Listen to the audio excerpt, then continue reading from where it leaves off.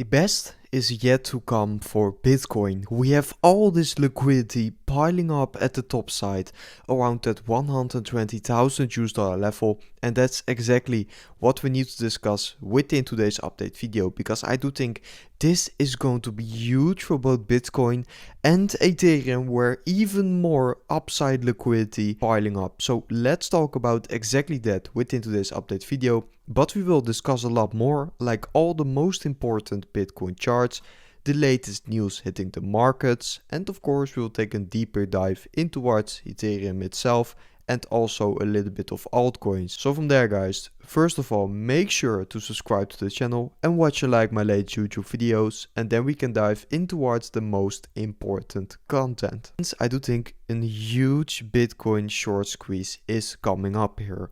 All of the liquidity is stacking up at the top side for Bitcoin, and I do think Bitcoin is once again going to move to the place where the most liquidity is laying. And I do think the same can be said for Ethereum, where even more of liquidity is stacking up at the top side. Ethereum is getting heavily shorted here, and I do think we are about to move towards that level next. Also for Ethereum, there is some more local liquidity stacking up at that 3,700 US dollar level, but from there it's mostly stacking up at that 4,000 US dollar level, which is basically the range high for Ethereum. But more about that exactly later in this update video. First of all, we need to take a look in towards Bitcoin, because most of this liquidity is actually piling up at that second Fibonacci level, which we did discuss a few times on this channel before. It's exactly stacking up here, and I do think once we're going to grab that liquidity, we could be moving much higher quite soon from exactly that level, because once you do grab that liquidity, normally you push through it quite fast. So if that is going to happen once again, then Bitcoin could see a major short squeeze to the upside to, for example, that 140,000 US dollar level. And I do think that could be the last move of Bitcoin this bull market, because we are nearing the end of the cycle, and that would make the most sense to me, to be honest. Bitcoin is looking quite strong on the daily time frame. And for Bitcoin, we did see that downside liquidity grab here. So most of the times we do tend to move higher from exactly there, because we've wiped out most of those over leveraged long positions. And from there we could be heading higher in this bull flag, and from there even see that breakout to the top side. So I do think Bitcoin is still looking quite good here. Also on the bigger perspective, we do have Bitcoin, of course, exactly following the global liquidity lately, both to the downside and also to the top side. And we did know that the global liquidity was basically seeing a significant correction to the downside, but is now starting to move up higher again. And that's going to be something very bullish for definitely that longer term, because I do think the global liquidity could be a great indication of, for example, the ending stage of the bull market. And we are definitely going to see a huge correction here, and we just have to see how this data is going to play out. But long term, the global liquidity moving higher once again, it's of course going to be bullish for Bitcoin there. Also, we saw some news hitting the market, which is that the Ethereum ETF saw an inflow after 2 huge days of outflows here. So that is looking quite bullish.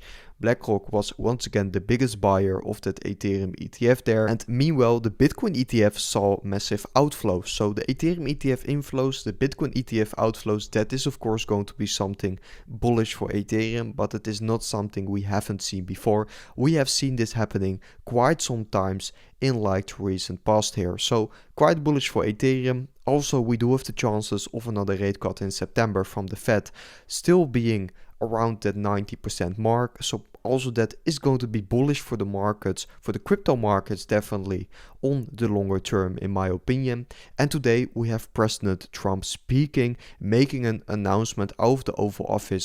So maybe that could also lead to some volatility later today. But guys, if you do want to be trading Bitcoin and altcoins yourself, make sure you do so on Bitunix, because here you can claim some absolutely insane deposit bonuses. So before this huge short squeeze is going to hit the market, make sure to be trading on Bitunix yourself, because you can claim some absolutely insane deposit bonuses on here. I do think this is going to be the most beginner friendly platform out there to start trading on. So make sure to check Bitunix out if you do want to do so, and you can find the link in the description on this YouTube video. And from there I do want to discuss a little bit of Ethereum, because we still did not hit that 4,000 US dollar mark yet, my conservative case, but I do think, like stated before in this video, we are going to grab that liquidity at that 4,000 US dollar level, and we are going to be headed towards that level later this year. I still think Q4 would be a highly likely period for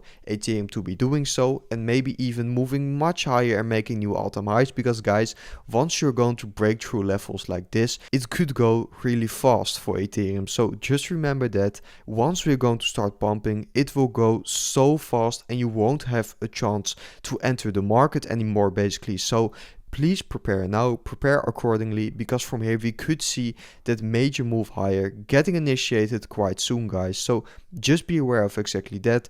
Also, we do have Ethereum history basically repeating here, seeing a massive bull trap and also a bear trap within the range, just like we saw in this bigger range before. So Ethereum seems to be heading up for, yes, that next move high towards that 4,000 US dollar level, guys. So it's still looking quite good there.